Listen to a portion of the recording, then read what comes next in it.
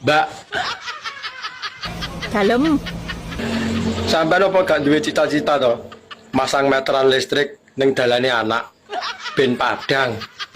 Dalan anak, dalan bayi to. Alah yo padha ae lho. Mbok pasang listrik. Lah iya ben genah. Kowe aja ngetokno nek kurang pro, ora matoh kowe dadi wong lanang. Lah nyapa?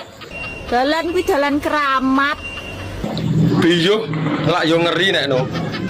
Jone kok dalane sing tanpa listrik.